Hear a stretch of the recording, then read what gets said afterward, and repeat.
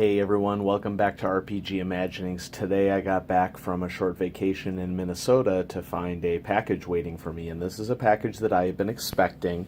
This is just a single book, but the box is pretty thick, and any of you who follow Call of Cthulhu know what that means. That means that this is from Chaosium, because Chaosium always does a spectacular job of packing things that they ship to consumers. And so without any further ado, I'm going to go ahead and open this up. And there may be spoilers in this review. Normally when I unbox something, I just show the product, but I think I want to spend a little bit of time talking about this one. And the reason for that is because this is a product that not only have I been anticipating for quite some time in the hardcover version, but it is also a product that happens to really speak to which aspects of the mythos I really appreciate. And so, as always, Chaosium has their, frequently, not always, but frequently, and this is an example, one of those frequentlies, we have box within a box, and so I'm going to try to move my lighting setup here and get everything out of the way, and so here we go, box within a box. Let's keep going. All right, what do we have in here? What was released recently for Call of Cthulhu? Almost cut myself there, but I didn't. I'm going to go ahead and cut away from myself. Can't get too excited under these circumstances. So that's looking good. All right, here we go.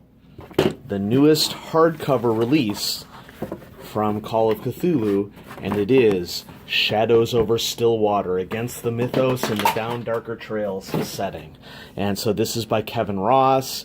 A beautiful book. I've had the PDF since January. The PDF for this came out in January of this year, and Shadows over Stillwater is for the Down Darker Trails setting for Call of Cthulhu, and so this is the quote-unquote Old West setting that came out, also authored by Kevin Ross, but it has some big names behind it. Kevin Ross, Keith Herber, of course, Paul Fricker of the Good Friends of Jackson Elias podcast, Mike Mason, who of course is line editor for Call of Cthulhu, and so this book really impressed me. And there's another video on my channel about Down Darker Trails. You could go check that out. I have it in my top releases from a couple years ago.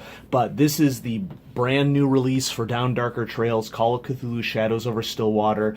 And there will be spoilers, I think, from here on out, because I want to talk about Shadows over Stillwater is a really good example of a mini campaign that is not only great in of itself, but it features a classic mythos villain or horror, so to speak, that I think is a really good example of one that I find to be easy to work with and easy to bring in pulp components as well.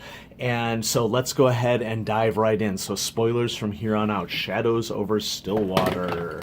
Here we go. Beautiful art in this book, as has been the case for this setting. This is going to end up being 3 adventures. Well, actually 4 adventures. I think one of them is sort of like a mini starting adventures that sort of introduces you to the specific aspect of this setting. And then 3 really meaty adventures. And then you also get a location in Arizona for the Down Darker Trail setting that's sort of like sandbox. Like, how might you be able to play around with this in this particular setting and with this particular campaign? And so beautiful artwork in here. We got our foreword and our introduction as to how it's arranged. The Shadows over Stillwater is a campaign. You know, let's go ahead and zoom in a little bit here. I'm going to dial down on my tripod so we can read what's going on here. The Shadows over Stillwater is a campaign of 3 connected adventures set in the mountains and valleys of the New Mexico territory.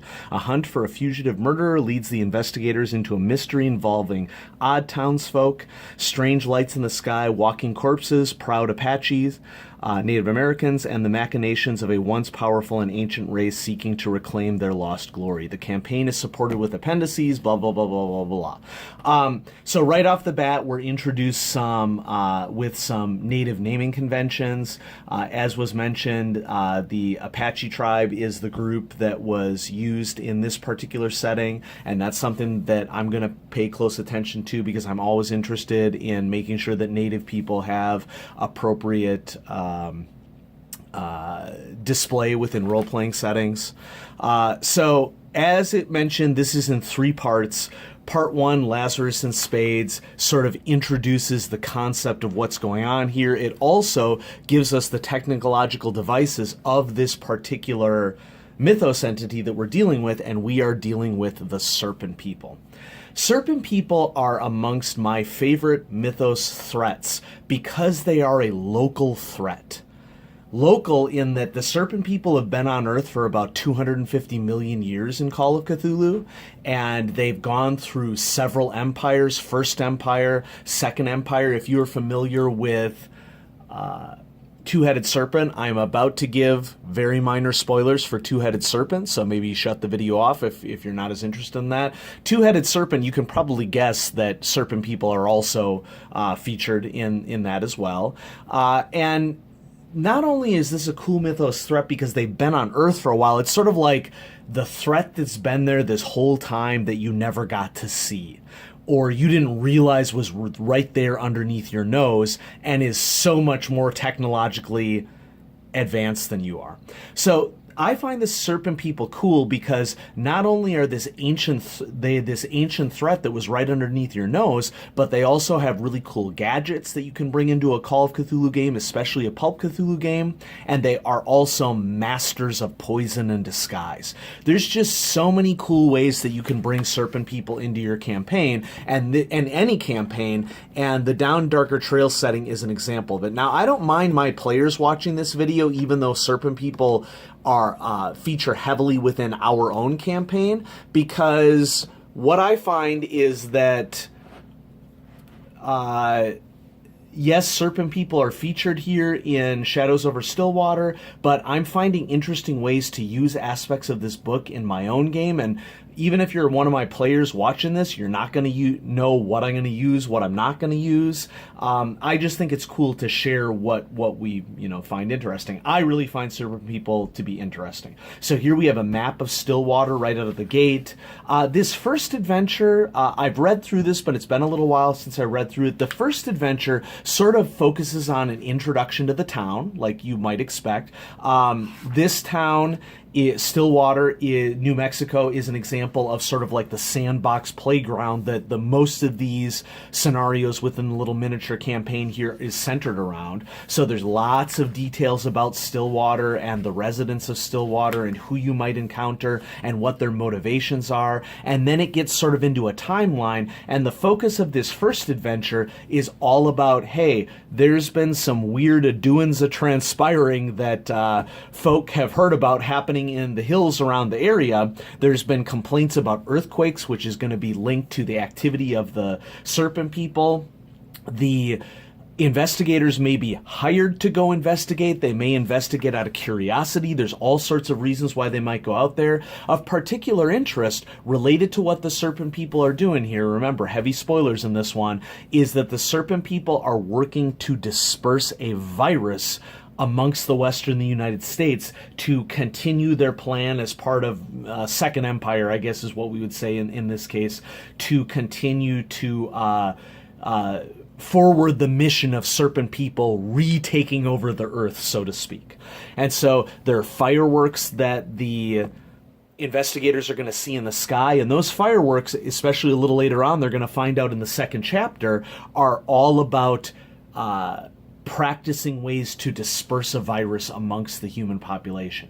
So in this first adventure, you're going to start getting townspeople turning into walking corpses, sort of zombie-like stuff, and that's sort of like the big bang start to the campaign. It's sort of like a bait and switch in that the investigators are going to expect that this is a classic zombie or ghoul adventure, but in reality, it's all part of the machinations of what the serpent people are doing. And holy crud, this may be my favorite piece of art that has been done for serpent people in Call of Cthulhu right here.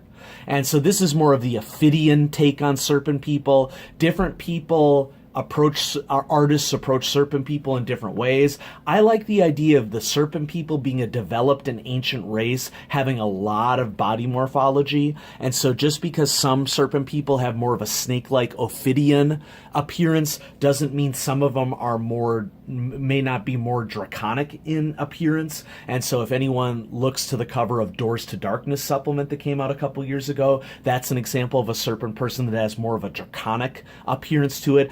I love the variety. I love the aspect of just like humans being incredibly diverse in their appearance, maybe not in terms of body morphology as much, but serpent people being very, very different. So in part 2 of the campaign, they're going to go up into the mesa and they're going to have an opportunity to meet a wide variety of other NPCs. There's prospectors out here. There's other problems that they're discovering. They're discovering not only some classic serpent people, but potentially some degenerate serpent people. They are going to be meeting a band of Apache who have their own motivations. And in reading through this, the one thing that really impressed me about the book, which is I think the big challenge for Down Darker Trails, is that we want to make sure that Native peoples are displayed appropriately. And so I think the text on this group of Apache in the second adventure really humanizes them and gives them complex motivations, and they could end up being antagonists to the PCs. They could end up being helping the PCs. It really just depends upon how the PCs interact with them. Then the Viper's Nest takes us into a layer of some of the serpent people, and they can go through, I mean, look at this map. This map is just so awesome. So this layer is sort of linked to the volcano, which has this crystal up here that is basically going to be the laboratory that the serpent people are using to develop their virus that they're going to use to take over humanity again. And one thing to mention here in classic serpent person fashion is that serpent people that are present in this little miniature campaign have the glamour that serpent people have, that they can disguise themselves to be hiding amongst townsfolk. And it's specifically mentioned in that first chapter who's hiding in plain sight and who is not. And so it takes you through all the details of the lair. All right, and then finally, lots of different crazy foes to meet. And then finally in the denouement, the campaign Shadow over Stillwater Part 3, we have Shattered Earth, Poison Sky, and this is where the PCs are sort of trying to come to a resolution of this. Is like, how are they going to deal with this rocking dead? What is the source of these earthquakes? Well, spoiler alert, it has to do with the researches of the serpent people and also a major threat that is present in the mesa.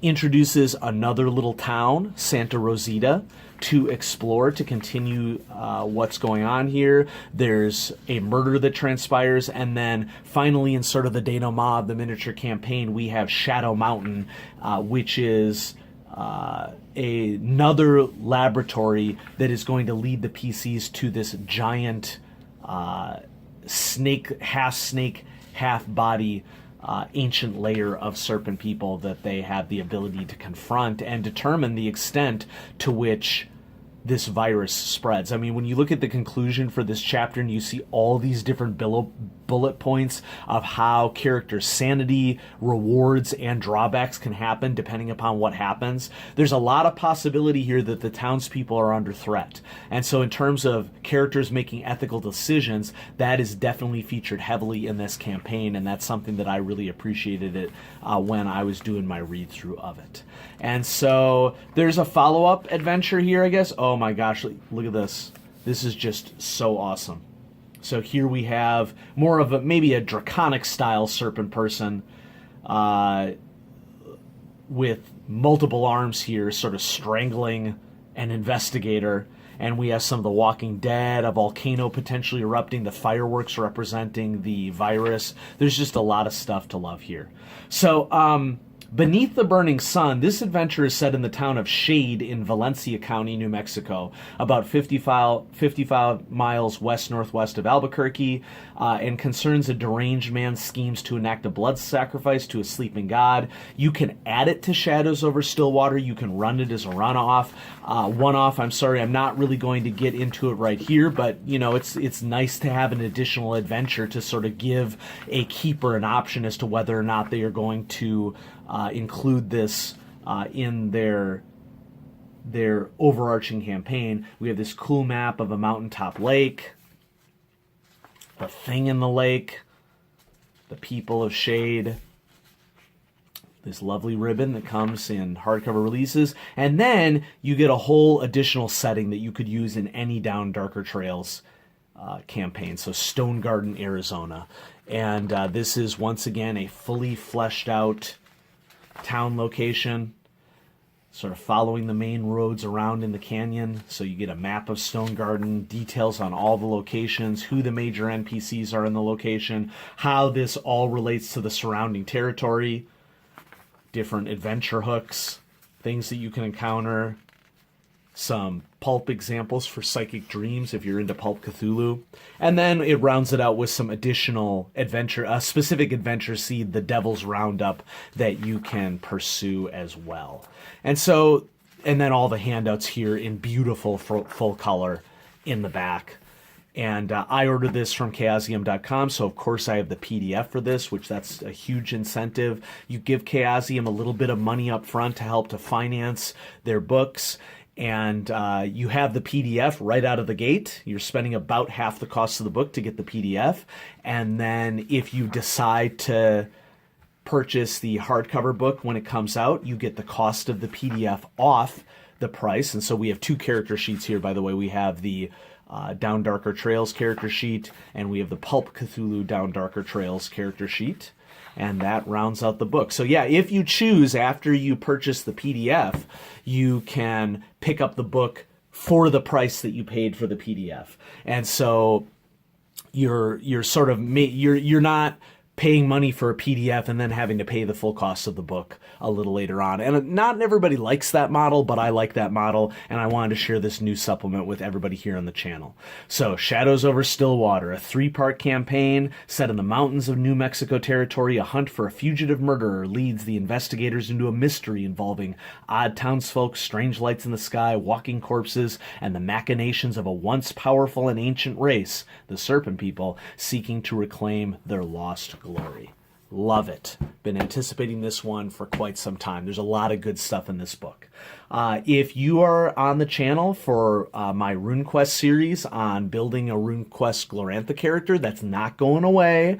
I just got home from vacation, so I unboxed this and I wanted to get it up on the channel while I unboxed it so I could talk a little bit about it. But I'm going to be having my next RuneQuest role-playing in Glorantha character creation session, so to speak, coming out real soon. So stay tuned. That is coming up. But, you know, it never hurts to hear about a game that you may not be familiar with if you're not familiar with Call of Cthulhu. And I want to make sure that people who are interested in Call of Cthulhu continue to get some content on the channel. So thanks so much for watching, everybody, and I'll have some more things coming out for you on RPG Imaginings soon. Bye-bye.